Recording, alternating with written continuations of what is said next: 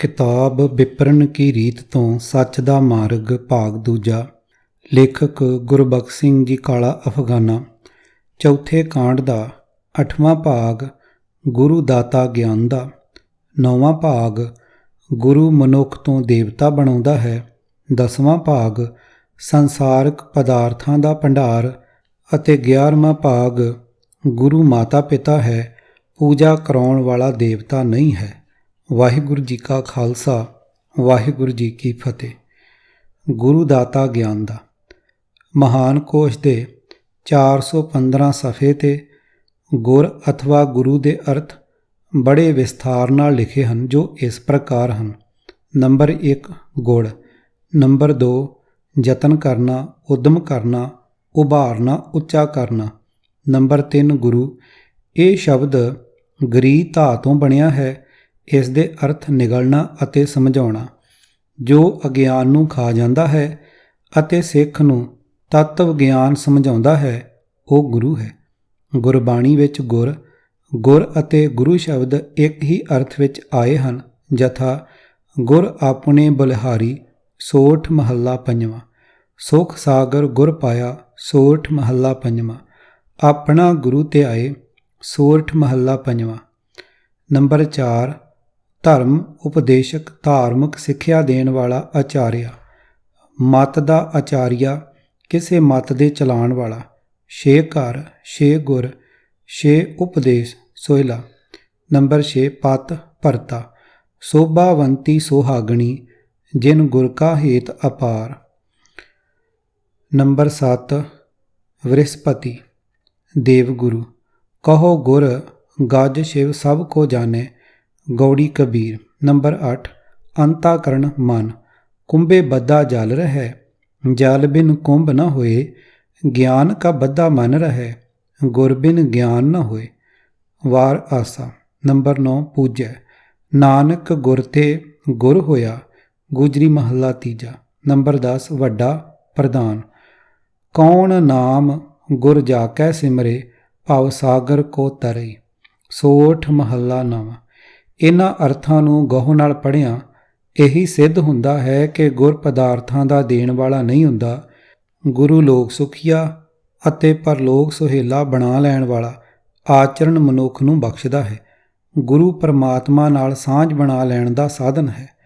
ਹੋਰ ਗ੍ਰੰਥਾਂ ਅਥਵਾ ਪੁਸਤਕਾਂ ਦੇ ਲਿਖਾਰੀ ਵਿਦਵਾਨਾਂ ਨੇ ਵੀ ਗੁਰੂ ਨੂੰ ਗਿਆਨ ਦਾ ਦਾਤਾ ਹੀ ਮੰਨਿਆ ਹੈ, ਪਰ ਸਾਡੀ ਬਦਕਿਸਮਤੀ ਸਾਰੀਆਂ ਹੱਦਾਂ ਟੱਪ ਤੁਰੀ ਹੈ, ਜੋ ਅਸੀਂ ਆਪਣੇ ਗੁਰਦੇਵ ਜੀ ਕੋਲੋਂ ਗਿਆਨ ਦੀ ਮੰਗ ਕਦੇ ਨਹੀਂ ਕਰਦੇ। ਆਸਾ ਜੀ ਕੀ ਵਾਰ ਦੇ ਆਰੰਭ ਵਿੱਚ ਹੀ ਗੁਰੂ ਅੰਗਦ ਸਾਹਿਬ ਜੀ ਦਾ ਸਲੋਕ ਹੈ ਕਿ ਸੈਂਕੜੇ ਚੰਦਰਮਾ ਅਤੇ ਹਜ਼ਾਰਾਂ ਸੂਰਜਾਂ ਦੀ ਰੌਸ਼ਨੀ ਵੀ ਸੰਸਾਰ ਵਿਚਲੇ ਅਗਿਆਨਤਾ ਦੇ ਹਨੇਰੇ ਨੂੰ ਦੂਰ ਨਹੀਂ ਕਰ ਸਕਦੀ। ਉਸ ਹਨੇਰੇ ਨੂੰ ਗੁਰੂ ਦਾ ਗਿਆਨ ਹੀ ਦੂਰ ਕਰ ਸਕਦਾ ਹੈ। ਜੇ ਸੋ ਚੰਦਾ ਉਗਮੈ, ਸੂਰਜ ਚੜ੍ਹੇ ਹਜ਼ਾਰ, ਏਤੇ ਚਾਨਣ ਹੁੰਦਿਆਂ, ਗੁਰ ਬਿਨ ਘੋਰ ਅੰਧਾਰ। ਪੰਨਾ 463। ਗਿਆਨ ਪਰਵੇਸ਼ ਗੁਰੈ ਧਨ ਦੀਆ, ਧਿਆਨ ਮਾਨ ਮਨ ਏਕ ਮਏ, ਪ੍ਰੇਮ ਭਗਤ ਮਾਨੀ ਸੁਖ ਜਾਣਿਆ, ਤ੍ਰਿਪਤ ਆਗਾਨੇ ਮੁਕਤ ਪਏ। ਪੰਨਾ 487। ਅਰਥ ਜਿਸ ਮਨੁੱਖ ਨੂੰ ਗੁਰੂ ਨੇ ਗਿਆਨ ਦਾ ਪ੍ਰਵੇਸ਼ ਰੂਪ ਧਨ ਦਿੱਤਾ, ਭਾਵ ਗਿਆਨ ਬਖਸ਼ਿਆ, ਉਸ ਦੀ ਸੁਰਤ ਪ੍ਰਭੂ ਵਿੱਚ ਜੁੜ ਗਈ, ਉਸ ਦੇ ਅੰਦਰ ਸ਼ਰਧਾ ਬਣ ਗਈ, ਉਸ ਦਾ ਮਨ ਪ੍ਰਭੂ ਨਾਲ ਏਕਮਿਕ ਹੋ ਗਿਆ। ਉਸ ਨੂੰ ਪ੍ਰਭੂ ਦਾ ਪਿਆਰ, ਪ੍ਰਭੂ ਦੀ ਭਗਤੀ ਚੰਗੀ ਲੱਗੀ, ਉਸ ਦੀ ਆਤਮਿਕ ਸੁੱਖ ਨਾਲ ਸਾਂਝ ਬਣ ਗਈ। ਉਹ ਮਾਇਆ ਵੱਲੋਂ ਚੰਗੀ ਤਰ੍ਹਾਂ ਰੱਜ ਗਿਆ ਤੇ ਬੰਧਨਾਂ ਤੋਂ ਮੁਕਤ ਹੋ ਗਿਆ। ਪ੍ਰਗਟਿਆ ਸੂਰ ਨਿਸ ਮਿਟਿਆ ਅੰਧਿਆਰਾ, ਅਗਿਆਨ ਮਿਟਿਆ ਗੋ ਰਤਨ ਅਪਾਰਾ, ਸਤਿਗੁਰ ਗਿਆਨ ਰਤਨ ਅਤ ਭਾਰੀ, ਕਰਮ ਮਿਲੇ ਸੁਖ ਪਾਈ ਹੈ। ਪੰਨਾ 1069। ਅਰਥ ਜਿਵੇਂ ਜਦੋਂ ਸੂਰਜ ਚੜ੍ਹਦਾ ਹੈ ਤਦੋਂ ਰਾਤ ਦਾ ਹਨੇਰਾ ਮਿਟ ਜਾਂਦਾ ਹੈ, ਇਸੇ ਤਰ੍ਹਾਂ ਗੁਰੂ ਦੇ ਬੇਅੰਤ ਕੀਮਤੀ ਗਿਆਨ ਰਤਨ ਨਾਲ ਅਗਿਆਨ ਹਨੇਰਾ ਦੂਰ ਹੋ ਜਾਂਦਾ ਹੈ। ਗੁਰੂ ਦਾ ਦਿੱਤਾ ਹੋਇਆ ਗਿਆਨ ਰਤਨ ਬਹੁਤ ਹੀ ਕੀਮਤੀ ਹੈ। ਪ੍ਰਭੂ ਦੀ ਮਿਹਰ ਨਾਲ ਜਿਸ ਨੂੰ ਇਹ ਮਿਲਦਾ ਹੈ, ਉਹ ਅਸਲ ਆਨੰਦ ਮਾਣਦਾ ਹੈ। ਅੰਧੇ ਅਕਲੀ ਬਾਹਰੇ, ਕਿਆ ਤਿਨ ਸਿਉ ਕਹੀਐ, ਬਿਨ ਗੁਰ ਪੰਥ ਨ ਸੂਝਈ, ਕਿਤ ਬਿਦ ਨਰਬਹੀਐ। ਪੰਨਾ 229। ਅਰਥ, ਜਿਨ੍ਹਾਂ ਬੰਦਿਆਂ ਨੂੰ ਮਾਇਆ ਦੇ ਮੋਹ ਨੇ ਅੰਨਾ ਅਤੇ ਅਕਲਹੀਣ ਕਰ ਦਿੱਤਾ ਹੈ, ਉਹਨਾਂ ਨੂੰ ਸਮਝਾਉਣ ਦਾ ਕੋਈ ਲਾਭ ਨਹੀਂ। ਗੁਰੂ ਦੀ ਸ਼ਰਨ ਤੋਂ ਬਿਨਾਂ ਉਹਨਾਂ ਨੂੰ ਜੀਵਨ ਦਾ ਸਹੀ ਰਸਤਾ ਲੱਭ ਨਹੀਂ ਸਕਦਾ। ਸਹੀ ਜੀਵਨ ਦੇ ਰਾਹੀ ਦਾ ਉਹਨਾਂ ਨਾਲ ਕਿਸੇ ਤਰ੍ਹਾਂ ਵੀ ਸਾਥ ਨਹੀਂ ਨਿਭ ਸਕਦਾ। ਸਤ ਸੰਗਤ ਮਿਲਿਆ ਹਰ ਸਾਧੂ ਮਿਲ, ਸੰਗਤ ਹਰ ਗੁਣ ਗਾਏ। ਗਿਆਨ ਰਤਨ ਬਲਿਆ ਘਟ ਚਾਨਣ, ਅਗਿਆਨ ਅੰਧੇਰਾ ਜਾਏ। ਪੰਨਾ 368। ਜਿਨ ਮਸਤਕ ਧੁਰ ਹਰ ਲਿਖਿਆ, ਤਿਨਾ ਸਤਿਗੁਰ ਮਿਲਿਆ ਰਾਮ ਰਾਜੇ। ਅਗਿਆਨ ਅੰਧੇਰਾ ਕਟਿਆ, ਗੁਰ ਗਿਆਨ ਘਟ ਬਲਿਆ। ਪੰਨਾ 450। ਜਨਮ ਜਨਮ ਕੇ ਕਿਲ ਵਿਖ ਦੁਖ ਭਾਗੇ, ਗੁਰ ਗਿਆਨ ਅੰਜਨ ਨੇਤਰ ਦੀਤ। ਸਾਧ ਸੰਗ ਇਨ ਦੁਖ ਤੇ ਨਿਕਸਿਓ, ਨਾਨਕ ਏਕ ਪ੍ਰੀਤ। ਪੰਨਾ 673। ਅੰਦਰ ਪ੍ਰਗਾਸ ਗੁਰੂ ਤੇ ਪਾਏ, ਨਾਮ ਪਦਾਰਥ ਮਨ ਵਸਾਏ। ਗਿਆਨ ਰਤਨ ਸਦਾ ਘਟ ਚਾਨਣ, ਅਗਿਆਨ ਅੰਧੇਰ ਗਵਾਏਂਦਾ। ਪੰਨਾ 1063। ਗੁਰ ਤੇ ਗਿਆਨ ਨਾਮ ਰਤਨ ਪਾਇਆ, ਮਨਸਾ ਮਾਰ ਮਨ ਮਾਹੇ ਸਮਾਇਆ। ਪੰਨਾ 1044। ਗੁਰ ਬਿਨ ਗਿਆਨ ਧਰਮ ਬਿਨ ਧਿਆਨ, ਸੱਚ ਬਿਨ ਸਾਖੀ ਮੂਲੋਂ ਨਾ ਬਾਕੀ। ਪੰਨਾ 1412। ਪਦ ਅਰਥ, ਗਿਆਨ ਆਤਮਿਕ ਜੀਵਨ ਦੀ ਸੂਝ, ਪਰਮਾਤਮਾ ਨਾਲ ਡੂੰਘੀ ਸਾਂਝ ਪਾ ਸਕਣ ਦੀ ਸੁਰਤ। ਧਰਮ ਫਰਜ਼ ਕਰਤੱਵ। ਧਿਆਨ ਲਗਨ ਸੁਰਤ। ਸੱਚ ਸਦਾ ਥਿਰ ਹਰ ਕਾ ਨਾਮ ਸਿਮਰਨ। ਸਾਖੀ ਗਵਾਹੀ ਪਰਵਾਨਾ ਰਾਹਦਾਰੀ। ਮੂਲੋਂ ਮੂਲ ਵੀ, ਸਰਮਾਇਆ ਵੀ। ਆਤਮਿਕ ਜੀਵਨ ਦਾ ਉਹ ਸਰਮਾਇਆ ਵੀ ਜਿਸ ਨੇ ਮਨੁੱਖਾ ਜਨਮ ਲੈ ਕੇ ਦਿੱਤਾ ਸੀ। ਨਾ ਬਾਕੀ, ਬਾਕੀ ਨਹੀਂ ਰਹਿੰਦਾ, ਪੱਲੇ ਨਹੀਂ ਰਹਿੰਦਾ। ਭਾਗ 9ਵਾਂ। ਗੁਰੂ ਮਨੁੱਖ ਤੋਂ ਦੇਵਤਾ ਬਣਾਉਂਦਾ ਹੈ। ਪਿੱਛੇ ਹੋਈ ਲੰਬੀ ਵਿਚਾਰ ਤੋਂ ਸਿੱਧ ਹੋ ਚੁੱਕਾ ਹੈ ਕਿ ਦੇਵਤਿਆਂ ਦੀ ਕਿਸੇ ਅੱਡਰੀ ਹੋਂਦ ਵਾਲੀ ਦੁਨੀਆ ਜਾਂ ਦੇਵਤਾ ਜੂਨ ਨੂੰ ਗੁਰਮਤਿ ਨਹੀਂ ਮਿਲਦੀ। ਸੋਚ ਆਚਾਰ ਦਾ ਮਾਲਕ, ਸਰਬੱਤ ਦੇ ਭਲੇ ਦੀ ਸੋਚ ਵਾਲਾ, ਪ੍ਰਭੂ ਦਾ ਪਿਆਰਾ, ਪਰ ਉਪਕਾਰੀ ਅਥਵਾ ਪੁਰਸ਼ਾਰਥੀ ਸੂਰਮਾ, ਖਿਮਾ, ਧੀਰਜ ਅਤੇ ਨਿਮਰਤਾ ਦਾ ਪੁਤਲਾ ਮਨੁੱਖ ਦੇਵਤਾ ਮੰਨਿਆ ਜਾਂਦਾ ਹੈ ਅਤੇ ਰੱਬ ਤੋਂ ਟੁੱਟਾ ਹੋਇਆ ਪਸ਼ੂ ਬਿਰਤੀ ਵਾਲਾ, ਆਚਰਣਹੀਣ ਜੀਵਾਂ ਦੇ ਹਿਰਦੇ ਨੂੰ ਦੁਖੀ ਕਰਨ ਵਾਲਾ ਨਿਰਦਈ, ਅੱਠੇ ਪੈਰ ਬਦੀਆਂ ਕਰਨ ਦੀ ਵਿਚਾਰ ਵਾਲਾ ਮਨੁੱਖ ਰਾਖਸ਼ ਹੈ, ਪਸ਼ੂ ਹੈ, ਪ੍ਰੇਤ ਅਥਵਾ ਸ਼ੈਤਾਨ ਹੈ। ਪੂਰਾ ਸਤਿਗੁਰੂ ਉਪਰੋਕਤ ਦੋਹਾਂ ਸ਼੍ਰੇਣੀਆਂ ਦੇ ਵਿਚਕਾਰਲਿਆਂ ਨੂੰ ਮਨੁੱਖਾਂ ਤੋਂ ਦੇਵਤੇ ਬਣਾਉਂਦਾ ਹੈ। ਸਾਰੀਆਂ ਜੂਨਾਂ ਵਿੱਚੋਂ ਕੇਵਲ ਮਨੁੱਖਾ ਸਰੀਰ ਦਾ ਮਿਲਣਾ ਹੀ ਇੱਕ ਅਜਿਹਾ ਅਵਸਰ ਹੈ ਜਦੋਂ ਕਿ ਜੀਵ ਗੁਰੂ ਦੀ ਸਿੱਖਿਆ ਲੈ ਕੇ ਪ੍ਰਭੂ ਨਾਲ ਸਾਂਝ ਬਣਾ ਸਕਦਾ ਹੈ। ਗੁਰਬਾਣੀ ਦਾ ਫਰਮਾਨ ਹੈ ਕਿ ਜਿਨ੍ਹਾਂ ਦੇਵਤਿਆਂ ਦੀ ਲੋਕ ਪੂਜਾ ਕਰਦੇ ਹਨ, ਮਨੁੱਖਾ ਦੇਹੀ ਨੂੰ ਪ੍ਰਾਪਤ ਕਰਨ ਲਈ ਤਾਂ ਉਹ ਦੇਵਤੇ ਵੀ ਤਰਸਦੇ ਹਨ। ਇਸ ਦੇਹੀ ਕੋ ਸਿਮਰੈ ਦੇਵ। ਪੰਨਾ 1159। ਚੰਗੇ ਭਾਗਾਂ ਕਾਰਨ ਸਾਨੂੰ ਮਨੁੱਖਾ ਜਨਮ ਮਿਲਿਆ ਸੀ, ਪਰ ਅਸਾਂ ਰੈਣ ਗਵਾਈ ਸੋਏ ਕੈ, ਦਿਵਸ ਗਵਾਇਆ ਖਾਏ। ਹੀਰੇ ਜੈਸਾ ਜਨਮ ਹੈ, ਕੌਡੀ ਬਦਲੇ ਜਾਏ। ਪੰਨਾ 156। ਅਤੇ ਇਸ ਸਰੀਰ ਨੂੰ ਔਗਣਾਂ ਨਾਲ ਭਰ ਲਿਆ ਸੀ। ਔਗਣੀ ਭਰਿਆ ਸਰੀਰ ਹੈ, ਕਿਉਂ ਸੰਤੋ ਨਿਰਮਲ ਹੋਏ। ਪੰਨਾ 311। ਅਕਾਲ ਪੁਰਖ ਨੇ ਮਨੁੱਖ ਦੀ ਨਿਗਰਦੀ ਜਾ ਰਹੀ ਹਾਲਤ ਤੇ ਤਰਸ ਖਾ ਕੇ ਆਪਣੇ ਨਿੱਜ ਸਰੂਪ ਗੁਰੂ ਨਾਨਕ ਜੀ ਨੂੰ ਭੇਜਿਆ, ਜਿਸ ਨੇ ਆ ਕੇ ਮਨੁੱਖ ਨੂੰ ਇਸ ਦੇਹੀ ਦੀ ਕਦਰ ਕੀਮਤ ਸਮਝਾ ਕੇ ਇਸ ਅਨਮੋਲ ਸਮੇਂ ਨੂੰ ਵਿਅਰਥ ਗਵਾ ਲੈਣ ਤੋਂ ਰੋਕਿਆ। ਗੁਰੂ ਨਾਨਕ ਜੀ ਨੇ ਮਨੁੱਖਾਂ ਨੂੰ ਸੋਚ ਆਚਾਰ ਦਾ ਮਾਲਕ ਬਣਾ ਕੇ ਨਿਰਮਲ ਅਥਵਾ ਖਾਲਸ ਕਰ ਦਿੱਤਾ ਅਥਵਾ ਦੇਵਤਾ ਬਣਾ ਦਿੱਤਾ। ਬਲਹਾਰੀ ਗੁਰ ਆਪਣੇ ਦਿਉਹਾਣੀ ਸਦਵਾਰ, ਜਿਨ ਮਾਨਸ ਤੇ ਦੇਵਤੇ ਕੀਏ, ਕਰਤ ਨਾ ਲਾਗੀ ਵਾਰ। ਪੰਨਾ 462। ਅਰਥ, ਮੈਂ ਆਪਣੇ ਗੁਰੂ ਤੋਂ ਇੱਕ ਦਿਨ ਵਿੱਚ 100 ਵਾਰੀ ਸਦਕੇ ਹੁੰਦਾ ਹਾਂ। ਜਿਸ ਗੁਰੂ ਨੇ ਮਨੁੱਖਾਂ ਤੋਂ ਦੇਵਤੇ ਬਣਾ ਦਿੱਤੇ ਤੇ ਬਣਾਉਂਦਿਆਂ ਰਤਾ ਚਿਰ ਨਾ ਲੱਗਾ। ਗੁਰ ਸੇਵਾ ਤੇ ਹਰ ਪਾਈਐ, ਜਾ ਕੋ ਨਦਰ ਕਰੇ। ਮਾਨਸ ਤੇ ਦੇਵਤੇ ਭਏ, ਧਿਆਇਆ ਨਾਮ ਹਰੇ। ਪੰਨਾ 90। ਅਰਥ, ਪ੍ਰਭੂ ਜਿਸ ਜੀਵ ਤੇ ਮਿਹਰ ਦੀ ਨਜ਼ਰ ਕਰਦਾ ਹੈ, ਉਹ ਜੀਵ ਸਤਿਗੁਰ ਦੀ ਦਸੀ ਕਾਰ ਕਰਕੇ ਪ੍ਰਭੂ ਨੂੰ ਮਿਲ ਪੈਂਦਾ ਹੈ। ਹਰੀ ਦਾ ਸਿਮਰਨ ਕਰਕੇ ਜੀਵ ਮਨੁੱਖਾ ਸੁਭਾਅ ਤੋਂ ਦੇਵਤਾ ਸੁਭਾਅ ਬਣ ਜਾਂਦਾ ਹੈ। ਗੁਰ ਦਰਿਆਓ ਸਦਾ ਜਲ ਨਿਰਮਲ, ਮਿਲਿਆ ਦੁਰਮਤ ਮੈਲ ਹਰੇ। ਸਤਿਗੁਰ ਪਾਇਆ ਪੂਰਾ ਨਾਵਣ, ਪਸ਼ੂ ਪਰੇ ਤੋਂ ਦੇਵ ਕਰੇ। ਪੰਨਾ 1329। ਅਰਥ, ਗੁਰੂ ਇੱਕ ਐਸਾ ਦਰਿਆ ਹੈ ਜਿਸ ਪਾਸੋਂ ਮਿਲਦਾ ਨਾਮ ਅੰਮ੍ਰਿਤ ਜਲ, ਜੋ ਸਦਾ ਹੀ ਸਾਫ਼ ਰਹਿੰਦਾ ਹੈ। ਜਿਸ ਮਨੁੱਖ ਨੂੰ ਉਹ ਜਲ ਮਿਲਦਾ ਹੈ, ਉਸ ਦੀ ਖੋਟੀ ਮੱਤ ਦੀ ਮੈਲ ਦੂਰ ਕਰ ਦਿੰਦਾ ਹੈ। ਗੁਰੂ ਮਿਲ ਪਵੇ ਤਾਂ ਉਸ ਗੁਰੂ ਦਰਿਆਓ ਵਿੱਚ ਕੀਤਾ ਇਸ਼ਨਾਨ ਸਫਲ ਇਸ਼ਨਾਨ ਹੁੰਦਾ ਹੈ। ਗੁਰੂ ਪਸ਼ੂਆਂ ਅਥਵਾ ਪ੍ਰੇਤਾਂ ਤੋਂ ਦੇਵਤੇ ਬਣਾ ਦਿੰਦਾ ਹੈ। ਨਰ ਤੇ ਸੁਰ ਹੋਏ ਜਾਤ ਨਿਮਖ ਮੈਂ, ਸਤਿਗੁਰ ਬੁੱਧ ਸਿੱਖ ਲਾਈ। ਨਰ ਤੇ ਉਪਜ ਸੁਰਗ ਕੋ ਜੀਤਿਓ, ਸੋ ਅਵਖਦ ਮੈਂ ਪਾਈ। ਪੰਨਾ 873। ਅਰਥ, ਗੁਰੂ ਤੋਂ ਮਿਲੀ ਮੱਤ ਨੂੰ ਹਿਰਦੇ ਵਿੱਚ ਧਾਰਨ ਕਰ ਲੈਣ ਦੀ ਬਰਕਤ ਨਾਲ ਅੱਖ ਦੇ ਫੋਰ ਵਿੱਚ ਮਨੁੱਖਾਂ ਤੋਂ ਦੇਵਤੇ ਬਣ ਜਾਈਦਾ ਹੈ। ਮੈਂ ਵੀ ਉਹ ਦਵਾਈ ਹਾਸਲ ਕਰ ਲਈ ਹੈ ਜਿਸ ਨਾਲ ਮਨੁੱਖ ਤੋਂ ਜੰਮ ਕੇ ਨਰ ਤੇ ਉਪਜ ਭਾਵ ਮਨੁੱਖ ਜਾਤੀ ਵਿੱਚੋਂ ਹੋ ਕੇ ਸੁਰਗ ਜਿੱਤਿਆ ਜਾ ਸਕਦਾ ਹੈ, ਭਾਵ ਸੁਰਗ ਦੀ ਪਰਵਾਹ ਨਹੀਂ ਰਹਿੰਦੀ। ਗੁਰ ਸੇਵਾ ਤੇ ਹਰ ਪਾਈਐ, ਜਾਕੋ ਨਦਰ ਕਰੇ। ਮਾਨਸ ਤੇ ਦੇਵਤੇ ਭਏ, ਸੱਚੀ ਭਗਤ ਜਿਸ ਦੇ। ਪੰਨਾ 850। ਅਰਥ, ਗੁਰੂ ਦੀ ਦਸੀ ਕਾਰ ਕੀਤਿਆਂ ਪ੍ਰਮਾਤਮਾ ਮਿਲ ਪੈਂਦਾ ਹੈ, ਪਰ ਮਿਲਦਾ ਉਸ ਨੂੰ ਹੈ ਜਿਸ ਉੱਤੇ ਪ੍ਰਭੂ ਮਿਹਰ ਕਰਦਾ ਹੈ।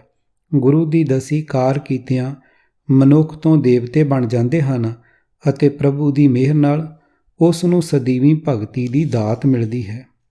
ਭਾਗ 10ਵਾਂ। ਸੰਸਾਰਿਕ ਪਦਾਰਥਾਂ ਦਾ ਭੰਡਾਰ। ਗੁਰੂ ਨਾਨਕ ਸਾਹਿਬ ਜੀ ਦੇ ਘਰ ਵਿੱਚ ਸੰਸਾਰਿਕ ਪਦਾਰਥਾਂ ਦਾ ਵੀ ਅਮੁੱਕ ਖਜ਼ਾਨਾ ਸੀ, ਪਰ ਮਨੁੱਖ ਨੂੰ ਮੰਗਣ ਦੀ ਆਦਤ ਤੋਂ ਵਰਜ ਕੇ ਉਸ ਨੂੰ ਕਰਮ ਜੋਗੀ ਬਣਾਉਣ ਆਏ ਸਤਿਗੁਰ ਜੀ ਦੀ ਕਿਰਪਾ ਨਾਲ ਮਨੁੱਖ ਨੂੰ ਅਜਿਹਾ ਪਦਾਰਥ ਮਿਲ ਗਿਆ ਸੀ ਜਿਸ ਨੇ ਹੋਰ ਸਾਰੇ ਪਦਾਰਥਾਂ ਦੀ ਲੋੜ ਅਥਵਾ ਤ੍ਰਿਸ਼ਨਾ ਹੀ ਮੁਕਾ ਦਿੱਤੀ ਸੀ। ਸਤਿਗੁਰ ਕੈ ਵਸ ਚਾਰ ਪਦਾਰਥ, ਤੀਨ ਸਮਾਏ ਏਕ ਕਰਤਾਰਥ। ਪੰਨਾ 1345। ਅਰਥ, ਲੋਕ ਦੁਨੀਆ ਦੇ ਪਦਾਰਥਾਂ ਦੀ ਖਾਤਰ ਦੇਵੀ ਦੇਵਤਿਆਂ ਦੀ ਪੂਜਾ ਕਰਦੇ ਫਿਰਦੇ ਹਨ, ਪਰ ਗੁਰੂ ਦੇ ਵਸ ਵਿੱਚ ਧਰਮ, ਅਰਥ, ਕਾਮ ਅਤੇ ਮੋਖ ਚਾਰੇ ਹੀ ਪਦਾਰਥ ਹਨ। ਗੁਰੂ ਦੀ ਸ਼ਰਨ ਪਿਆਂ ਪਹਿਲੇ ਤਿੰਨ ਪਦਾਰਥਾਂ ਦੀ ਵਾਸ਼ਨਾ ਹੀ ਮੁੱਕ ਜਾਂਦੀ ਹੈ ਤੇ ਮਨੁੱਖ ਨੂੰ ਇੱਕ ਵਿੱਚ ਸਫਲਤਾ ਹੋ ਜਾਂਦੀ ਹੈ, ਭਾਵ ਮਾਇਆ ਤੇ ਮੋਹ ਤੋਂ ਮੁਕਤੀ ਮਿਲ ਜਾਂਦੀ ਹੈ। ਬ੍ਰਾਹਮਣੀ ਸੋਚ ਦੀ ਉਪਜ ਚਾਰ ਪਦਾਰਥ ਦੀ ਜਾਣਕਾਰੀ ਕਰ ਲਈਏ। ਨੰਬਰ 1, ਧਰਮ। ਮਹਾਨ ਕੋਸ਼ ਦੇ ਸਫਾ 662 ਤੇ ਧਰਮ ਦੇ ਅਰਥ ਇਸ ਪ੍ਰਕਾਰ ਲਿਖੇ ਹਨ। ਨੰਬਰ 1, ਜੋ ਸੰਸਾਰ ਨੂੰ ਧਾਰਨ ਕਰਦਾ ਹੈ, ਉਹ ਪਵਿੱਤਰ ਨਿਯਮ ਜੋ ਸੰਸਾਰ ਦਾ ਆਧਾਰ ਹੈ, ਭਾਵ ਆਸਰਾ ਹੈ। ਸਭ ਕਲ ਉਦਰੀ ਇੱਕ ਨਾਮ ਧਰਮ। ਸਵਈਏ ਸ੍ਰੀ ਮੁਖ ਵਾਕ ਮਹਿਲਾ 5ਵਾਂ। ਨੰਬਰ 2, ਸ਼ੁਭ ਕਰਮ। ਨਹਿ ਬਿਲੰਬ ਧਰਮੰ, ਬਿਲੰਬ ਪਾਪੰ। ਸੰਸਕ੍ਰਿਤੀ ਮਹੱਲਾ 5ਵਾਂ। ਸਾਧ ਕੇ ਸੰਗ ਦ੍ਰਿੜੇ ਸਭ ਧਰਮ। ਸੁਖਮਨੀ ਸਾਹਿਬ। ਸਾਧੂ ਗੁਰੂ ਗ੍ਰੰਥ ਸਾਹਿਬ ਦੀ ਸੰਗਤ ਤੋਂ ਜੋ ਦ੍ਰਿੜ ਕਰਦਾ ਹੈ, ਉਹ ਸਭ ਧਰਮ ਹੈ। ਇਹ ਧਰਮ ਇੱਕ ਪਵਿੱਤਰ ਅਸੂਲ ਹੈ ਜੋ ਮਨੁੱਖਤਾ ਦੇ ਸ਼ੁਭ ਗੁਣਾਂ ਦੀ ਰਾਖੀ ਕਰਨ ਵਾਲਾ ਵੀ ਮੰਨਿਆ ਗਿਆ ਹੈ। ਬੜੇ ਦੁੱਖ ਦੀ ਗੱਲ ਇਹ ਹੈ ਕਿ ਭਾਰਤ ਅਥਵਾ ਬਾਕੀ ਦੁਨੀਆ ਵਿੱਚ ਮਨੁੱਖ ਉੱਤੇ ਜਿੰਨੇ ਘਿਨਾਵਣੇ ਜ਼ੁਲਮ ਧਰਮ ਦੇ ਨਾਮ ਤੇ ਕੀਤੇ ਹਨ, ਅਜਿਹੇ ਅਤਿਆਚਾਰ ਹੋਰ ਕਿਸੇ ਬਹਾਨੇ ਨਾਲ ਨਹੀਂ ਹੋ ਸਕੇ।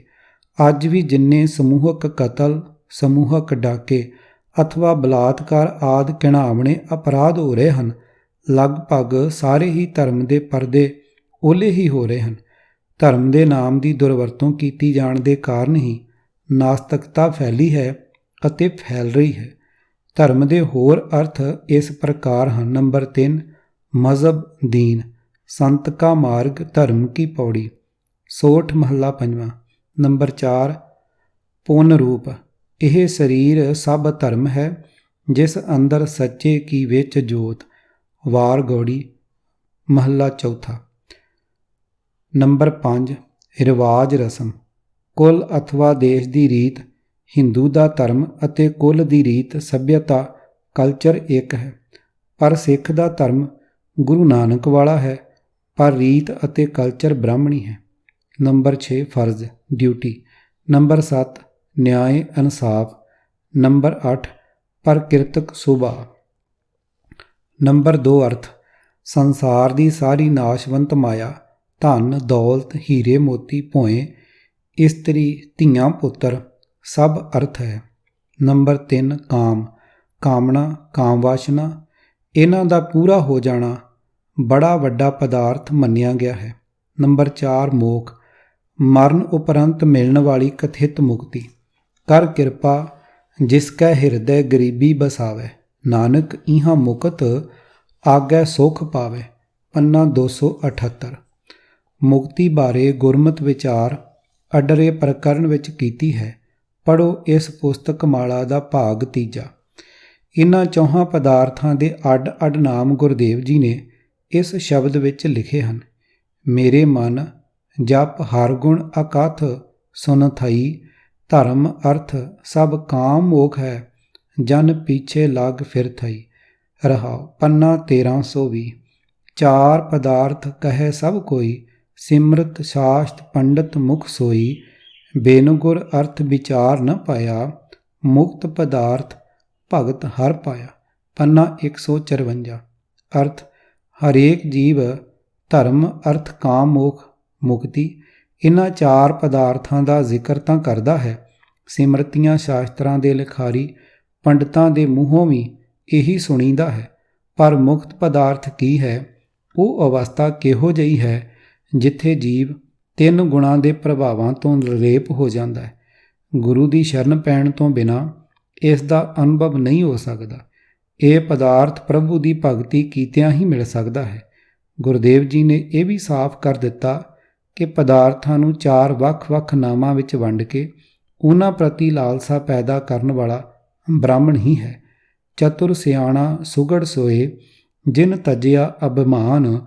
ਚਾਰ ਪਦਾਰਥ ਅਸ਼ਟ ਸਿੱਧ, ਭਜ ਨਾਨਕ ਹਰ ਨਾਮ। ਪੰਨਾ 297। ਅਰਥ ਇਹ ਨਾਨਕ ਪਰਮਾਤਮਾ ਦਾ ਸਿਮਰਨ ਸਦਾ ਕਰਦਾ ਰਹੋ। ਇਸੇ ਵਿੱਚ ਹੀ ਹਨ ਦੁਨੀਆ ਦੇ ਚਾਰੇ ਪਦਾਰਥ ਤੇ ਜੋਗੀਆਂ ਵਾਲੀਆਂ 8 ਕਰਾਮਾਤੀ ਤਾਕਤਾਂ। ਨਾਮ ਦੀ ਬਰਕਤ ਨਾਲ ਜਿਸ ਮਨੁੱਖ ਨੇ ਆਪਣੇ ਮਨ ਵਿੱਚੋਂ ਅਹੰਕਾਰ ਦੂਰ ਕਰ ਲਿਆ ਹੈ, ਉਹੀ ਹੈ ਅਕਲਮੰਦ, ਸਿਆਣਾ ਤੇ ਸੁਚੱਜਾ। ਚਾਰ ਪਦਾਰਥ ਅਸ਼ਟ ਦਸਾ ਸਿੱਧ, ਨਾਮ ਨਿਧਾਨ ਸਹਿਜ ਸੁਖ ਨੌ ਨਿਧ। ਸਰਬ ਕਲਿਆਣ ਜੇ ਮਨ ਮੈਂ ਚਾਹੈ, ਮਿਲ ਸਾਧੂ ਸੁਆਮੀ ਰਾਵਣਾ। ਪੰਨਾ 1086। ਅਰਥ ਇਹ ਭਾਈ, ਜੇ ਤੂੰ ਚਾਰ ਪਦਾਰਥ ਅਥਵਾ 18 ਸਿੱਧੀਆਂ ਲੱਭਦਾ ਹੈ, ਜੇ ਤੂੰ ਦੁਨੀਆ ਦੇ 9 ਖਜ਼ਾਨੇ ਅਤੇ ਮਨ ਦਾ ਸੁੱਖ ਵੀ ਢੂੰਡਦਾ ਹੈ, ਤਾਂ ਗੁਰੂ ਨੂੰ ਮਿਲ ਕੇ ਮਾਲਕ ਪ੍ਰਭੂ ਦਾ ਸਿਮਰਨ ਕਰਿਆ ਕਰ। ਹਰ ਨਾਮ ਹੀ ਅਸਲ ਖਜ਼ਾਨਾ ਹੈ। ਇਹ ਨਾਮ ਹੀ ਆਤਮਕ ਅਡੋਲਤਾ ਦਾ ਸੁੱਖ ਹੈ। ਇਹ ਨਾਮ ਹੀ ਚਾਰ ਪਦਾਰਥ 18 ਸਿੱਧੀਆਂ ਤੇ 9 ਨਿਧੀਆਂ ਹੈ। ਚਾਰ ਪਦਾਰਥ ਜੇ ਕੋ ਮੰਗੈ, ਸਾਧ ਜਨਾਂ ਕੀ ਸੇਵਾ ਲਾਗੈ। ਪੰਨਾ 266। ਅਰਥ ਜੇ ਕਿਸੇ ਨੂੰ ਚਾਰੇ ਪਦਾਰਥ ਚਾਹੀਦੇ ਹਨ ਤਾਂ ਉਹ ਗੁਰਮੁਖਾਂ ਦੀ ਸੇਵਾ ਕਰੇ, ਕਿਉਂਕਿ ਗੁਰਮੁਖ ਉਹੀ ਹਨ ਜਿਨ੍ਹਾਂ ਨੇ ਗੁਰੂ ਦੇ ਹੁਕਮ 'ਤੇ ਚੱਲ ਕੇ ਆਪਣੀ ਜੀਵਨ ਜੁਗਤ ਸਵਾਰ ਲਈ ਹੋਈ ਹੈ। ਜਿਹੜੇ ਸਦਾ ਗੁਰਮਤਿ ਦਾ ਹੀ ਪ੍ਰਚਾਰ ਕਰਦੇ ਹਨ, ਉਹਨਾਂ ਨੂੰ ਮਿਲ ਕੇ ਤਿੰਨ ਪਦਾਰਥਾਂ ਦੀ ਇੱਛਾ ਹੀ ਮੁੱਕ ਜਾਂਦੀ ਹੈ ਅਤੇ ਮਾਇਆ ਦੇ ਮੋਹ ਕੋਲੋਂ ਖਲਾਸੀ ਹੋ ਜਾਂਦੀ ਹੈ। ਨੋਟ: ਸਾਧ ਦਾ ਅਰਥ ਕੋਈ ਭੇਖੀ ਡੇਰੇਦਾਰ ਜਾਂ ਭੇਖੀ ਸੰਤ ਨਹੀਂ ਹੈ। ਸਾਧ ਜੇ ਇੱਕ ਵਚਨ ਹੈ ਤਾਂ ਉਸ ਦਾ ਅਰਥ ਗੁਰੂ ਹੈ, ਜੇ ਬਹੁਵਚਨ ਹੈ ਤਾਂ ਉਸ ਦਾ ਅਰਥ ਗੁਰਮੁਖ ਜਨ ਹਨ। ਭਾਗ 11ਵਾਂ। ਗੁਰੂ ਮਾਤਾ ਪਿਤਾ ਹੈ, ਪੂਜਾ ਕਰਾਉਣ ਵਾਲਾ ਦੇਵਤਾ ਨਹੀਂ ਹੈ। ਕਿਸੇ ਵਿਰਲੇ ਗੁਰੂ ਸਵਾਰੇ ਗ੍ਰੰਥੀ ਨੂੰ ਛੱਡ ਕੇ ਲਗਭਗ ਸਾਰੇ ਗੁਰੂ ਘਰਾਂ ਦੇ ਗ੍ਰੰਥੀਆਂ ਨੂੰ ਇਹ ਚਿੰਤਾ ਲੱਗੀ ਹੁੰਦੀ ਹੈ ਕਿ ਕਿਸੇ ਮੁੱਖ ਵਾਕ ਨਾਲ ਸ਼ਰਧਾਲੂਆਂ ਦਾ ਦਿਲ ਨਾ ਦੁਖੀ ਹੋ ਜਾਵੇ। ਖੁਸ਼ੀ ਵਾਲੇ ਕਰੀਬ ਸਾਰੇ ਸਮਾਗਮਾਂ 'ਤੇ ਪੜ੍ਹੇ ਜਾਣ ਵਾਲੇ ਵਾਕ ਗ੍ਰੰਥੀਆਂ ਨੇ ਪਹਿਲਾਂ ਹੀ ਚੁਣ ਰੱਖੇ ਹੁੰਦੇ ਹਨ। ਆਪਣੀ ਬੁੱਧ ਨਾਲ ਚੁਣਿਆ ਹੋਇਆ ਵਾਕ ਪੜ੍ਹ ਕੇ ਸ਼ਰਧਾਲੂ ਨੂੰ ਦੱਸਿਆ ਜਾਂਦਾ ਹੈ ਕਿ ਗੁਰੂ ਮਹਾਰਾਜ ਨੇ ਆਪਣੇ ਸਿੱਖ ਦਾ ਦਿੱਤਾ ਦਾਨ, ਲੰਗਰ, ਕਰਾਇਆ ਪਾਠ, ਅਖੰਡ ਪਾਠ, ਸਹਿਜ ਪਾਠ, ਸਪਤਾਹਿਕ ਜਾਂ ਕੋਈ ਹੋਰ ਪਾਠ ਆਦਿ ਗੱਲ ਕੀ ਸ਼ਰਧਾਲੂ ਦੀ ਸੇਵਾ ਸਤਿਗੁਰਾਂ ਕਬੂਲ ਕਰਕੇ ਵਾਕ ਦੁਆਰਾ ਸ਼ਰਧਾਲੂ ਨੂੰ ਬੜਾ ਵੱਡਾ ਵਰ ਦਿੱਤਾ ਹੈ ਅਤੇ ਤਸੱਲੀ ਕਰਾਈ ਜਾ ਰਹੀ ਹੁੰਦੀ ਹੈ ਕਿ ਸਤਿਗੁਰਾਂ ਨੇ ਸੇਵਾ ਕਰਨ ਵਾਲੇ ਸ਼ਰਧਾਲੂ ਦੀਆਂ ਸਾਰੀਆਂ ਮੁਰਾਦਾਂ ਪੂਰੀਆਂ ਕਰਨ ਦਾ ਬਚਨ ਬੋਲਿਆ ਹੈ। ਅਥਵਾ ਅੱਜ ਦੇ ਮੁੱਖ ਵਾਕ ਨਾਲ ਸਿੱਖ ਸੇਵਾਦਾਰ ਦੇ ਪਿਛਲੇ ਪਾਪ ਸਭ ਧੋਤੇ ਗਏ ਹਨ। ਦਸਾਂ ਗੁਰਾਂ ਦੀ ਜੋਤ ਗਿਆਨ ਦੇ ਦਾਤੇ ਸ੍ਰੀ ਗੁਰੂ ਗ੍ਰੰਥ ਸਾਹਿਬ ਜੀ ਨੂੰ ਵਰ ਅਥਵਾ ਸਰਾਪ ਦੇਣ ਵਾਲਾ ਤਾਮਸੀ ਤਪਸਵੀ ਰਿਸ਼ੀ ਅਥਵਾ ਦੇਵੀ ਦੇਵਤਾ ਸਿੱਧ ਕੀਤਾ ਜਾ ਰਿਹਾ ਹੁੰਦਾ ਹੈ। ਕਿਸੇ ਮਾਤਾ ਪਿਤਾ ਨੇ ਵੀ ਆਪਣਿਆਂ ਬੱਚਿਆਂ ਨਾਲ ਕਦੇ ਕੋਈ ਵਿਤਕਰਾ ਕੀਤਾ ਹੈ? ਹੁਣੇ ਹੀ ਅਰਦਾਸ ਕਰਨ ਲੱਗਿਆਂ ਇਹ ਪੜ੍ਹਿਆ ਗਿਆ ਸੀ, ਤੂੰ ਠਾਕੁਰ ਤੁਮ ਪੈ ਅਰਦਾਸ, ਜਿਉ ਪਿੰਡ ਸਭ ਤੇਰੀ ਰਾਸ, ਤੁਮ ਮਾਤ ਪਿਤਾ ਹੰਬਾਰਿਕ ਤੇਰੇ, ਤੁਮਰੀ ਕਿਰਪਾ ਮੈਂ ਸੂਖ ਕਨੇਰੇ। ਪੰਨਾ 268। ਜਿਸ ਗੁਰੂ ਪਰਮੇਸ਼ਰ ਨੂੰ ਸਾਰੀ ਸੰਗਤ ਨੇ ਰਲ ਕੇ ਮਾਤਾ ਪਿਤਾ ਕਿਹਾ, ਜਿਸ ਨੂੰ ਇਹ ਆਪ ਆਖਿਆ ਕਿ ਹੇ ਸੱਚੇ ਪਾਤਸ਼ਾਹ, ਤੇਰੀ ਕਿਰਪਾ ਨਾਲ ਸਾਨੂੰ ਬੜੇ ਸੁੱਖ ਮਿਲੇ ਹੋਏ ਨੇ, ਤੁਮਰੀ ਕਿਰਪਾ ਮੈਂ ਸੂਖ ਕਨੇਰੇ।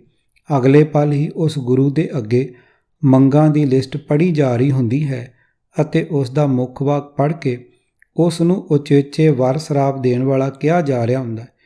ਹੇ ਵਿਪਰ ਦੇ ਏਜੰਟਾਂ ਦੇ ਕਾਬੂ ਆ ਚੁੱਕੇ ਗੁਰੂ ਦੇ ਲਾਲ, ਜ਼ਰਾ ਆਪਣੇ ਗੁਰੂ ਦੇ ਬਚਨਾਂ ਨੂੰ ਗਹੁ ਨਾਲ ਪੜ੍ਹ ਕੇ ਵਿਚਾਰ ਤਾਂ ਸਹੀ ਕਿ ਗੁਰੂ ਨੂੰ ਆਪਣੇ ਸਿੱਖ ਨਾਲ ਕਿਸ ਤਰ੍ਹਾਂ ਦਾ ਡੂੰਘਾ ਸਨੇਹ। ਅੰਦਰ ਝਾਤੀ ਮਾਰ ਕੇ ਵੇਖ ਕਿ ਕੀ ਅਜਿਹੇ ਗੁਰੂ ਤੋਂ ਬੇਮੁਖ ਹੋ ਕੇ ਆਪ ਹੁਦਰੀਆਂ ਕਰਨੀਆਂ ਠੀਕ ਹਨ। ਜਿਉਂ ਜਨਨੀ ਸੁਤ ਜਨ ਪਾਲਤੀ, ਰਾਖੈ ਨਦਰ ਮਝਾਰ, ਅੰਤਰ ਬਾਹਰ ਮੁਖ ਦੇ ਗਿਰਾਸ, ਖਿਨ ਖਿਨ ਪੋਚਾਰ, ਤਿਉ ਸਤਿਗੁਰ ਗੁਰ ਸਿੱਖ ਰਾਖਤਾ, ਹਰ ਪ੍ਰੀਤ ਪਿਆਰ। ਮੇਰੇ ਰਾਮ ਹਮ ਬਾਰਕ ਹਰ ਪ੍ਰਭ ਕੇ ਹੈ ਇਆਣੇ, ਧੰਨ ਧੰਨ ਗੁਰੂ ਗੁਰ ਸਤਿਗੁਰ ਪਾਂਦਾ, ਜਿਨ ਹਰ ਉਪਦੇਸ਼ ਦੇ ਕੀਏ ਸਿਆਣੇ। ਰਹਾਉ। ਜੈਸੇ ਗਗਨ ਫਿਰੰਤੀ ਊੜਤੀ, ਕਪਰੇ ਬਾਗੇ ਵਾਲੀ, ਉਹ ਰਾਖੇ ਚੀਤ ਪਾਛੇ ਵਿੱਚ ਬਚਰੇ, ਨਿਤ ਹਿਰਦੇ ਸਾਰ ਸੰਭਾਲੀ। ਤਿਉ ਸਤਿਗੁਰ ਸਿੱਖ ਪ੍ਰੀਤ ਹਰ ਹਰ ਕੀ, ਗੁਰ ਸਿੱਖ ਰਖੈ ਜੀ ਨਾਲੀ। ਪੰਨਾ 168। ਅਰਥ, ਹੇ ਮੇਰੇ ਰਾਮ, ਹੇ ਪ੍ਰਭੂ, ਅਸੀਂ ਤੇਰੇ ਅਣਜਾਣ ਬੱਚੇ ਹਾਂ। ਸ਼ਾਬਾਸ਼ ਉਪਦੇਸ਼ ਦਾਤੇ ਪਾਂਦੇ ਸਤਿਗੁਰੂ ਨੂੰ, ਜਿਸ ਨੇ ਹਰ ਨਾਮ ਦਾ ਉਪਦੇਸ਼ ਦੇ ਕੇ ਸਾਨੂੰ ਸਿਆਣੇ ਕਰ ਦਿੱਤਾ। ਰਹਾਉ। ਜਿਵੇਂ ਮਾਂ ਪੁੱਤਰ ਨੂੰ ਜਨਮ ਦੇ ਕੇ ਉਸ ਨੂੰ ਆਪਣੀ ਨਜ਼ਰ ਹੇਠ ਰੱਖਦੀ ਹੈ ਤੇ ਪਾਲਦੀ ਹੈ, ਘਰ ਵਿੱਚ ਅੰਦਰ ਬਾਹਰ ਕੰਮ ਕਰਦੀ ਹੋਈ ਵੀ ਪਲ ਪਲ ਪਿੱਛੋਂ ਪਿਆਰ ਕਰਕੇ ਉਸ ਪੁੱਤਰ ਦੇ ਮੂੰਹ ਵਿੱਚ ਗਰਾਈ ਦਿੰਦੀ ਰਹਿੰਦੀ ਹੈ, ਇਸੇ ਤਰ੍ਹਾਂ ਸਤਿਗੁਰੂ ਸਿੱਖਾਂ ਨੂੰ ਪਰਮਾਤਮਾ ਦੀ ਪ੍ਰੀਤ ਦੀ ਆਤਮਿਕ ਖੁਰਾਕ ਦੇ ਕੇ ਪਿਆਰ ਨਾਲ ਸੰਭਾਲਦਾ ਹੈ। ਜਿਵੇਂ ਚਿੱਟੇ ਖੰਭਾਂ ਵਾਲੀ ਕੂੰਜ ਅਸਮਾਨ ਵਿੱਚ ਉੱਡਦੀ ਫਿਰਦੀ ਹੈ, ਪਰ ਉਹ ਪਿੱਛੇ ਰਹੇ ਹੋਏ ਆਪਣੇ ਨਿੱਕੇ ਨਿੱਕੇ ਬੱਚਿਆਂ ਵਿੱਚ ਆਪਣਾ ਚਿੱਤ ਰੱਖਦੀ ਹੈ, ਸਦਾ ਉਹਨਾਂ ਨੂੰ ਆਪਣੇ ਹਿਰਦੇ ਵਿੱਚ ਸਾਂਭਦੀ ਹੈ। ਇਸੇ ਤਰ੍ਹਾਂ ਗੁਰੂ ਤੇ ਸਿੱਖ ਦੀ ਪ੍ਰੀਤ ਹੈ। ਗੁਰੂ ਆਪਣੇ ਸਿੱਖਾਂ ਨੂੰ ਹਰੀ ਦੀ ਪ੍ਰੀਤ ਦੇ ਕੇ ਉਹਨਾਂ ਨੂੰ ਆਪਣੀ ਜਿੰਦ ਦੇ ਨਾਲ ਰੱਖਦਾ ਹੈ। ਆਪਣੇ ਸਿੱਖ ਨਾਲ ਪਿਆਰ ਕਰਨ ਦਾ ਕਾਰਨ ਇਸ਼ਾਰੇ ਮਾਤਰ ਦੱਸ ਦਿੱਤਾ ਸੀ, ਪਰ ਅਗਲੇ ਸ਼ਬਦ ਵਿੱਚ ਖੋਲ੍ਹ ਕੇ ਫਰਮਾਨ ਕਰਦੇ ਹਨ ਕਿ ਸਿੱਖ ਉਹੀ ਪਿਆਰਾ ਅਤੇ ਧਨ ਹੈ ਜਿਸ ਨੇ ਸਤਿਗੁਰਾਂ ਦਾ ਉਪਦੇਸ਼ ਹਿਰਦੇ ਵਿੱਚ ਵਸਾ ਕੇ ਉਸ ਅਨੁਸਾਰ ਆਪਣੀ ਜੀਵਨ ਜੁਗਤ ਸੁਵਾਰ ਲਈ। ਸੇ ਗੁਰ ਸਿੱਖ ਧਨ ਧਨ ਹੈ, ਜਿਨੀ ਗੁਰ ਉਪਦੇਸ਼ ਸੁਣਿਆ ਹਰ ਕੰਨੀ, ਗੁਰ ਸਤਿਗੁਰ ਨਾਮ ਦ੍ਰਿੜਾਇਆ, ਤਿਨ ਹਉਮੈ ਦੁਬਿਧਾ ਭੰਨੀ, ਬਿਨ ਹਰ ਨਾਵੇਂ ਕੋ ਮਿੱਤਰ ਨਾਹੀ, ਵਿਚਾਰ ਡਿਠਾ ਹਰ ਜੰਨੀ, ਜਿਨ੍ਹਾਂ ਗੁਰਮੁਖਾਂ ਕੋ ਹਰ ਸੰਤੁਸ਼ਟ ਹੈ, ਤਿਨੀ ਸਤਿਗੁਰ ਕੀ ਗੱਲ ਮੰਨੀ, ਜੋ ਗੁਰਮੁਖ ਨਾਮ ਧਿਆਇਂਦੇ, ਤਿਨੀ ਚੜ੍ਹੀ ਚਵੱਗਣ ਵੰਨੀ। ਪੰਨਾ 590। ਅਰਥ, ਧੰਨ ਹਨ ਉਹ ਗੁਰਸਿੱਖ ਜਿਨ੍ਹਾਂ ਨੇ ਸਤਿਗੁਰੂ ਦਾ ਉਪਦੇਸ਼ ਗਹੁ ਨਾਲ ਸੁਣਿਆ ਹੈ। ਸਤਿਗੁਰੂ ਨੇ ਜਿਸ ਦੇ ਵੀ ਹਿਰਦੇ ਵਿੱਚ ਨਾਮ ਦ੍ਰਿੜ ਕੀਤਾ ਹੈ, ਉਸ ਨੇ ਹਉਮੈ ਤੇ ਦੁਬਿਧਾ ਹਿਰਦੇ ਵਿੱਚੋਂ ਭੰਨ ਸੁੱਟੀ ਹੈ। ਪ੍ਰਭੂ ਦਾ ਸਿਮਰਨ ਕਰਨ ਵਾਲਿਆਂ ਗੁਰਸਿੱਖਾਂ ਨੇ ਇਹ ਗੱਲ ਵਿਚਾਰ ਕੇ ਵੇਖ ਲਈ ਹੈ ਕਿ ਪਰਮਾਤਮਾ ਦੇ ਨਾਮ ਤੋਂ ਬਿਨਾਂ ਕੋਈ ਸੱਚਾ ਮਿੱਤਰ ਨਹੀਂ ਹੈ। ਜਿਨ੍ਹਾਂ ਗੁਰਸਿੱਖਾਂ 'ਤੇ ਪ੍ਰਭੂ ਪ੍ਰਸੰਨ ਹੁੰਦਾ ਹੈ, ਉਹ ਸਤਿਗੁਰੂ ਦੀ ਸਿੱਖਿਆ 'ਤੇ ਤੁਰਦੇ ਹਨ। ਜੋ ਮਨੁੱਖ ਸਤਿਗੁਰੂ ਦੇ ਸਨਮੁਖ ਹੋ ਕੇ ਨਾਮ ਜਪਦੇ ਹਨ, ਉਹਨਾਂ ਨੂੰ ਪ੍ਰੇਮ ਦੀ ਚੌਗਣੀ ਰੰਗਣ ਚੜ੍ਹਦੀ ਹੈ। ਧੰਨ ਧੰਨ ਸੋ ਗੁਰਸਿੱਖ ਕਹੀਐ, ਜੋ ਸਤਿਗੁਰ ਚਰਣੀ ਜਾਏ ਭਇਆ। ਧੰਨ ਧੰਨ ਸੋ ਗੁਰਸਿੱਖ ਕਹੀਐ, ਜਿਨ ਹਰਨਾਮਾ ਮੁਖ ਰਾਮ ਕਹਿਆ। ਧੰਨ ਧੰਨ ਸੋ ਗੁਰਸਿੱਖ ਕਹੀਐ, ਜਿਸ ਹਰ ਨਾਮ ਸੁਣਿਐ ਮਨ ਆਨੰਦ ਭਇਆ। ਧੰਨ ਧੰਨ ਸੋ ਗੁਰਸਿੱਖ ਕਹੀਐ, ਜਿਨ ਸਤਿਗੁਰ ਸੇਵਾ ਕਰ ਹਰ ਨਾਮ ਲਿਆ। ਤਿਸ ਗੁਰਸਿੱਖ ਕੋ ਹਉ ਸਦਾ ਨਮਸਕਾਰੀ, ਜੋ ਗੁਰ ਕੈ ਭਾਣੈ ਗੁਰਸਿੱਖ ਚੱਲਿਆ। ਪੰਨਾ 593। ਅਸੀਂ ਸਿਰਫ ਗੁਰਦੁਆਰੇ ਬਣਾ ਕੇ ਜਾਂ ਲੰਗਰ ਕਰਾ ਕੇ, ਅਖੰਡ ਪਾਠ ਕਰਾ ਕੇ ਜਾਂ ਕੋਈ ਹੋਰ ਦਾਨ ਪੁੰਨ ਕਰਕੇ ਆਪਣੇ ਆਪ ਨੂੰ ਪੱਕੇ ਗੁਰਸਿੱਖ ਸਮਝਣ ਲੱਗ ਪੈਂਦੇ ਹਾਂ। ਪਰ ਗੁਰਦੇਵ ਜੀ ਨੇ ਸਿਰਫ ਉਸ ਸਿੱਖ ਨੂੰ ਹੀ ਪਿਆਰ ਕੀਤਾ ਤੇ ਧੰਨ ਕਿਹਾ ਹੈ, ਜਿਸ ਨੇ ਗੁਰੂ ਦੀ ਸਿੱਖਿਆ ਸੁਣ ਕੇ ਆਪਣੀ ਜੀਵਨ ਜੁਗਤ ਸਵਾਰ ਲਈ, ਅਥਵਾ ਜਿਸ ਨੇ ਪ੍ਰਭੂ ਨੂੰ ਹਿਰਦੇ ਵਿੱਚ ਵਸਾ ਲਿਆ। ਧੰਨ ਧੰਨ ਸਤਿਪੁਰਖ ਸਤਿਗੁਰੂ ਹਮਾਰਾ, ਜਿਤ ਮਿਲਿਆ ਹਮਕੋ ਸ਼ਾਂਤ ਆਈ। ਧੰਨ ਧੰਨ ਸਤਿਪੁਰਖ ਸਤਿਗੁਰੂ ਹਮਾਰਾ, ਜਿਤ ਮਿਲਿਆ ਹਮ ਹਰ ਭਗਤ ਪਾਈ।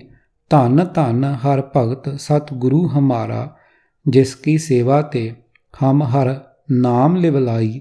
ਧੰਨ ਧੰਨ ਹਰ ਗਿਆਨੀ ਸਤਿਗੁਰੂ ਹਮਾਰਾ, ਜਿਨ ਵੈਰੀ ਮਿੱਤਰ ਹਮਕੋ ਸਭ ਸਮ ਦ੍ਰਿਸ਼ਟ ਦਿਖਾਈ।